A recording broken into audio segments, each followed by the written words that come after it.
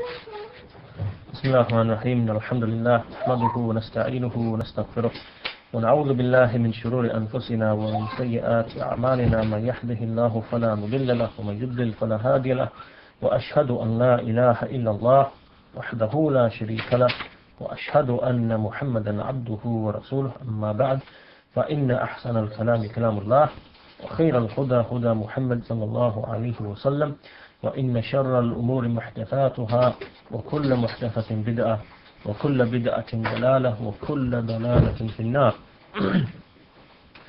This is the second part of the lesson that we started a few weeks back on the chapter number 42, which concerns the saying of Allah subhanahu wa ta'ala in Surah Al-Baqarah, فَلَا تَجْعَلُوا لِلَّهِ أَنْدَادًا وَأَنْتُمْ تَعْلَمُونَ.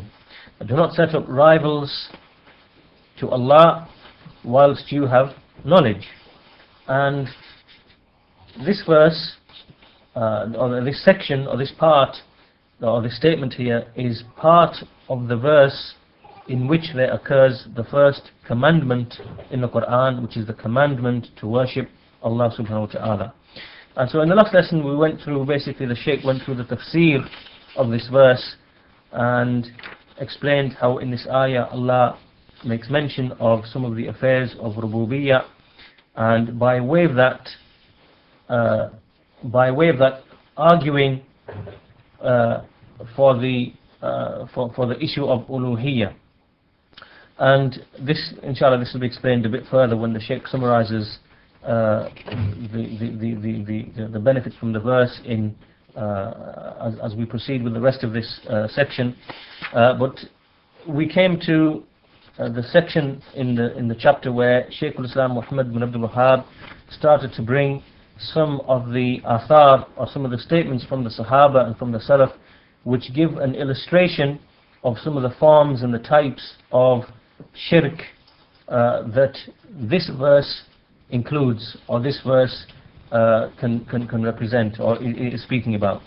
So the first of those statements is the saying of Ibn Abbas radiallahu anhu, and Ibn Abbas, he is speaking specifically about this verse in Surah Al-Baqarah, فَلَا تَجْعَلُوا لِلَّهِ أَنْدَادًا وَأَنْتُمْ تَعْلَمُونَ. Do not set up rivals with Allah whilst you have knowledge. So he said, Al-Andad huwa shirk, that Al-Andad meaning rivals here, meaning that this refers to shirk, and shirk is, it is more hidden than an ant upon a black stone or a black rock on a dark night. And the Shaykh says, commenting upon the saying of Ibn Abbas radiallahu anhuma, that a shirk that is being referred to here is shirk, or shirk in general, is can have that which is jali, meaning that which is open and apparent, meaning something that you see, like for example sacrificing to other than Allah, or making an oath to other than Allah, or supplicating to other than Allah, or seeking rescue from other than Allah. All of this is shirk that is wadih, it's open, apparent, manifest, because it is something that can be seen and it can be heard. It's something that can be seen and can be heard. And then there is what is known as shirk khafi, which is the hidden shirk, and this itself is of two types. The inward hidden shirk itself is of two types. So the first type is what the Shaykh calls shirkun fil maqasid wan niyat, which is the shirk of a person's intentions and his motives. And the Shaykh says this is hidden because it's something which is in the hearts, and the hearts, none knows what is in the heart, what is in the heart except for Allah subhanahu wa ta'ala. Like for example, a person, he prays, but he prays in order to be seen, and in order to be heard of, to be spoken about, and all of this, no one knows this except for Allah subhanahu wa ta'ala, meaning his inward intentions and his motives. And the second type of the shirk khafi is, now this is something that many people are not aware of, and are not really aware of, and this is the shirk in the speech, alfaz, as opposed to beliefs. Right? And this is what is being discussed here. Right? This shirk that is being discussed and which is being illustrated now in the rest of the chapter by way of these statements that the Sahaba and the Salaf explain, that it is the shirk in al-faz, the shirk in the words, but which is not shirk in aqidah, meaning it isn't shirk which expels from the fold of Islam. It is the minor shirk, but nevertheless it is still shirk, and this is the shirk which occurs in a person's speech. Right? So this is still from shirk, the minor shirk, sorry, the shirk which is khafi, which is hidden.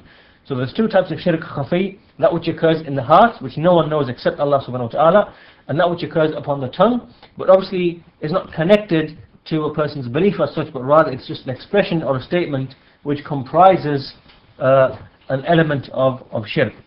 So then the Shaykh says, Ibn Abbas said, "Ashirku akhfa min dabi." The shirk is more hidden than an ant upon the black rock on a dark night.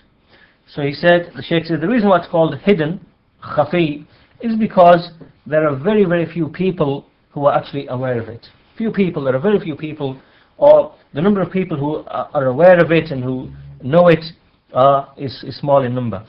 And then continuing with the statement of Ibn Abbas, the Shaykh says that then Ibn Abbas, he then gave some illustrations, right, which some of the people say with their tongues. So he said, so Ibn Abbas says, it is when a person says, by Allah and by your life, or so and so. Right, so he swears by Allah and then he swears by someone's life. Or he might say, wa hayati, by my life. Right, so he swears by someone else's life or his own life alongside Allah. So this swearing by Allah is from the shirk which occurs on many people's tongues. And these people don't even know it is shirk.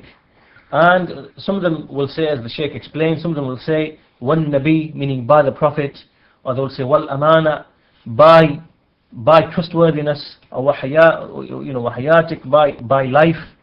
They will swear by these things, by the Prophet, or by life, or by just the issue of trustworthiness. And yet the Prophet ﷺ said, Man halafa bighayrillah faqad kafara aw ashrak. That whoever swears by other than Allah, then he has disbelieved or he has committed shirk. And this swearing by other than Allah, as we said before, it is minor shirk. It's not shirk that takes you outside the fold of Islam. And that's only if the person, that when he swears by this other thing besides Allah, he doesn't intend to venerate and to glorify this thing that he is swearing by. Right? So it is minor shirk in that situation. If, however, he intends to venerate and to glorify the thing which he is swearing by in the same way in which Allah is glorified and venerated, then this now becomes major shirk. Like for example, if a person, he swears by so-and-so wali, but his swearing, by way of his swearing, he means to glorify and to venerate this person in the same manner in which Allah is venerated and glorified, this now becomes major shirk.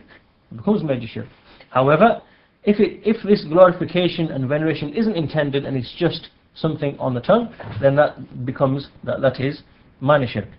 And the Shaykh says that we find that these people, those who swear by way of the graves and the tombs, and they actually do venerate these people and glorify them just as Allah should be glorified, this would be from the type that is the major shirk.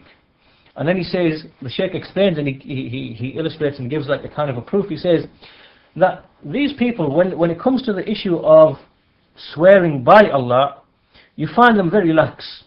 They'll very easily and quickly swear by Allah on an issue or on something.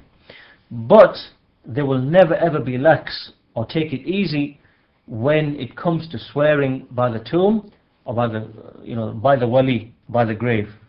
Right? So if someone says to him, I swear by Allah that, such and such, that you didn't do such and such or whatever, he'll say, Wallahi I didn't, or whatever. He'll quickly swear by Allah. And it won't really bother him. He'll just treat it like as an easy affair. But if you said to him, swear